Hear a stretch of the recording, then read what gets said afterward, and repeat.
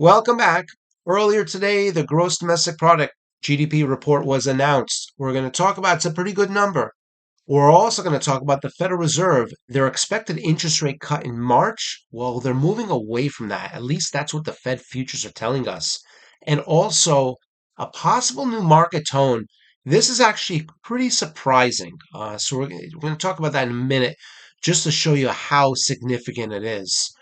In the news, CNBC reports the U.S. economy grew at a blistering 3.3% pace in the fourth quarter while inflation pulled back. Now, that is an annualized rate, 3.3%. Analysts expected only a 2.0% gain, beating expectations.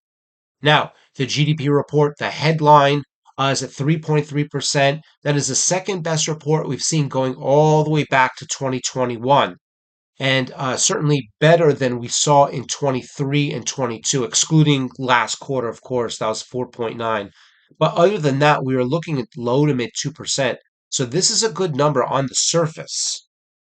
Now, the GDP report headline number 3.3%, PCE, personal consumption expenditure, that's inflation, year over year up 4.5%, business investment up a mere 2.1%, not good. Government expenditures down almost 13%.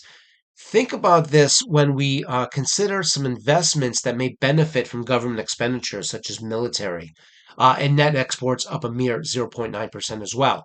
Now, in terms of inflation, PCE, personal consumption expenditure, it's 4.5%. It is good news, though, because it is continuing to trend to the downside. It's not near the Fed target that we'd like to see, but certainly it's going in that direction. Net exports, it's in positive territory for the first time in actually quite a long time. Certainly encouraging. And the trend is your friend. Trend is to the upside. Government expenditures. This is the first negative report we've seen in quite a while, down 13%, following the prior quarter of up 27%. It's encouraging to see that despite a fall in government expenditures, the GDP is still holding pat. Business investment up only 2%, barely in positive territory. It's the worst report we've seen going back about 3 quarters or so. Certainly not what we want to see. And I think this probably reflects to consumer confidence as well. Now we see here the white line is the S&P 500, yellow line business investments, PCE is in red, net exports in blue, government expenditures in green. Now zoom in here and just take a look at what we're seeing here. So the red bar, PCE, personal consumption expenditure, it's lower than last quarter. That's good. We want to see inflation come down. Business investment, however, has declined. Government expenditures, it has declined dramatically. It's not going to affect all sectors, but those sectors that are dependent on government expenditures, again, like defense, that would not be good news for them. And then, of course, net exports, which is up only marginally. It's a nice improvement, but certainly not where we want to be. Now, March Fed meeting, if you look to the left-hand side, we had, and these bars illustrate the probability, according to the Fed funds futures, that we had a 77% chance the Federal Reserve was going to cut rates. This shows us the chance that the Federal Reserve will cut rates. We've gone from 77% down to 40%. It's less than half, and it's the lowest probability as we're getting closer to the March meeting. First, we have January, of course, but as we get closer to the March meeting, the Fed futures are telling us we're moving away from that chance. Now, again, here's a March meeting, and now we see the S&P 500 overlaid with it, and we can see as the 77% bars on the left-hand side, those are flat. So were the S&P 500 trading days as well, and they seem to be moving together until recently. Here's a better look at it. The green line is the chance that the Federal Reserve will cut rates. That's the going back down to the 5 to 5.25. Right now, we're higher than that. Now, the white line is the S&P 500. Now, notice early to mid-January, they were both moving parallel to each other and then moving a few days further, it's 16th and 17th of January, they both started to move down. And this is, pretty logical. We spoke about this in prior reports that when the probability that the Federal Reserve is going to cut rates, when that goes down, stocks don't like that. Stocks like lower rates. Companies do better with lower rates. It's cheaper to buy, it's cheaper to invest. So when we had a 77% chance the Federal Reserve is going to cut rates, the stocks like that. And then when they started to go down, when the stock market started to go down, well, that correlated with a lesser chance that the Federal Reserve is going to cut rates. The stock market said, wait a second, you're not going to cut rates? There's less of a probability? Well, we don't like that very much. Well, look what's changed now. The probability of a Federal Reserve cut in March has now dropped below 40%, or it's at 40%, below 50%. And the stock market can't do anything but go up. How is this possible? Now we can see the red line here is where rates are right now, 5.25 to 5.5.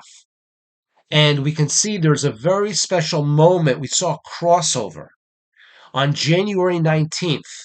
This crossover occurred when there's a greater probability that the Federal Reserve would not cut rates on January 19th.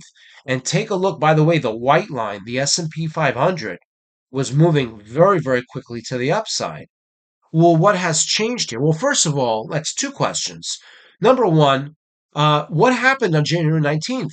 And number two, what has changed? It seems the market tone has changed. The market tone was one of, well, if we're going to see a rate cut, stocks like that. If the Fed's not going to cut rates, stocks don't like that.